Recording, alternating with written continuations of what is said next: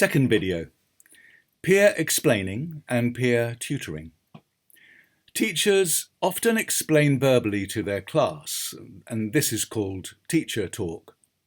But the evidence shows that, by itself, teacher talk is not an effective teaching method because it doesn't require students to listen carefully, to think hard, or correct their understanding when necessary.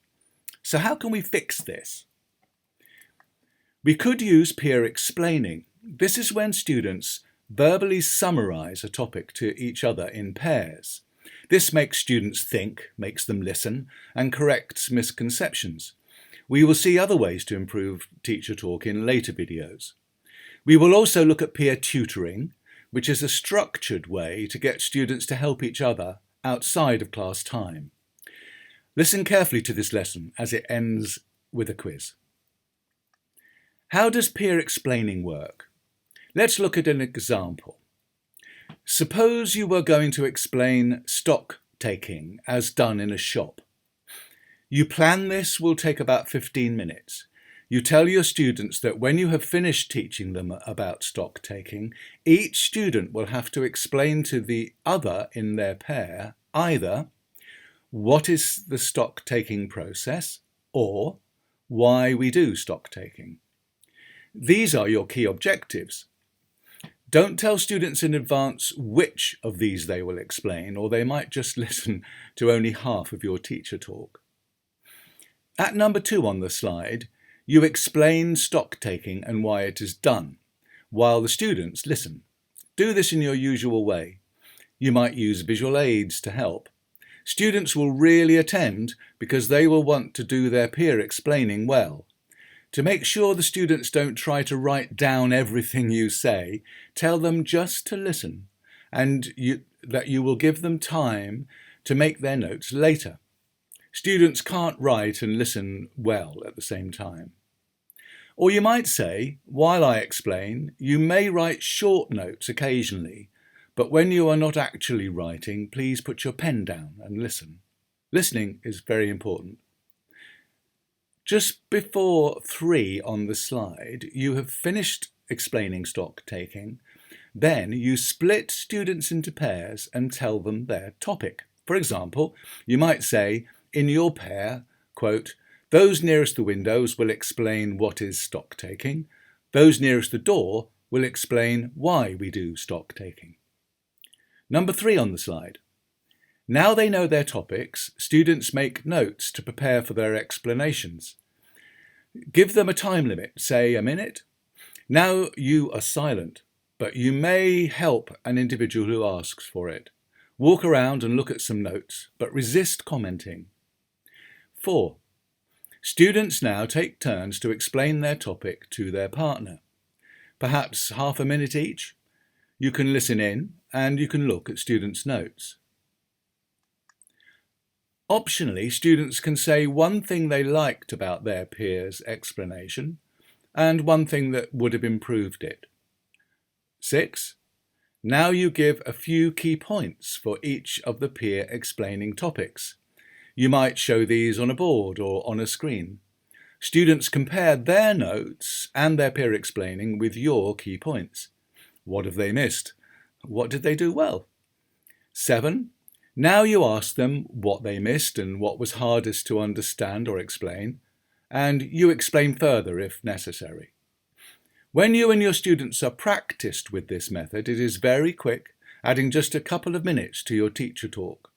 Often this 2-minute investment is well worth it, as students think, listen, and learn well. Also, they enjoy the method much more than undiluted teacher talk. Why does peer explaining work? Let's compare teacher talk done with peer explaining with teacher talk done without peer explaining.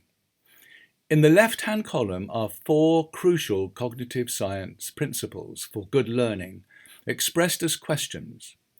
Consider the first principle. Quote, must students think hard about vital content? Well, if you are just explaining to students, they don't have to think hard about the vital content that you are presenting. They might even be thinking about something else.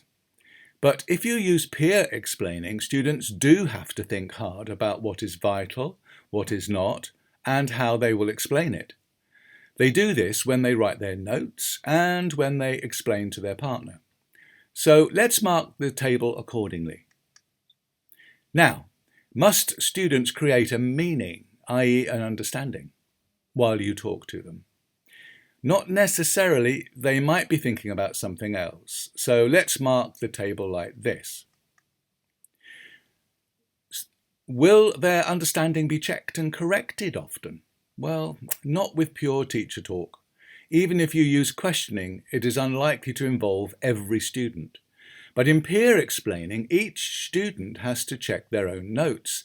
They get a check from their peer after they have explained, and they get a check and correct of their understanding when they self-assess against your key points. That's 3 checks. They should have stock taking about right after that. So, does the teacher know about errors and omissions in learning? While teacher talk goes on, you can't know if the students are forming misconceptions. But with peer explaining, you can look over the students' shoulders at their notes, listen to the explanations of weaker students, and ask students what they missed or got wrong after they have assessed against your key points. So peer explaining is much better than pure teacher talk at helping students to learn. As you can see, it is likely to help most those who are normally least attentive and those who find the topic hard. When you and your students are practiced at using peer explaining, it can be done very quickly, as you can see from the timings given in red.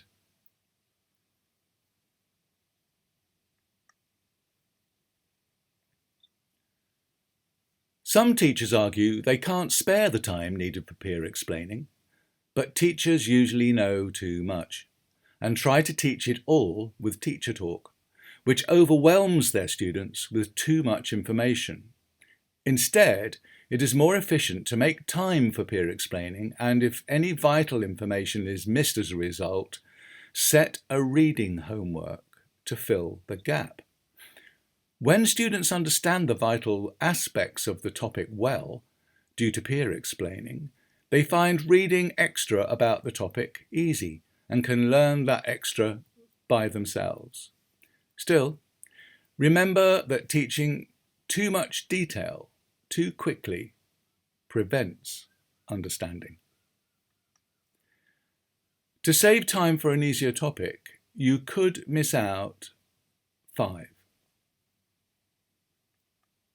This is where peers give feedback to each other. It's up to you. It is always possible to adapt evidence-based teaching methods, but do so only if you really understand why and how the method works. Be careful that your adaptation doesn't stop the method working, of course. Peer explaining a teacher demonstration. Peers can also explain a demonstration done by a teacher. For example, demonstrating how to take a tire off a wheel or how to fillet a fish. One student could explain the first part of the demonstration and the other the last half. Or one student could explain how and the other why. There are lots of ways of using this method.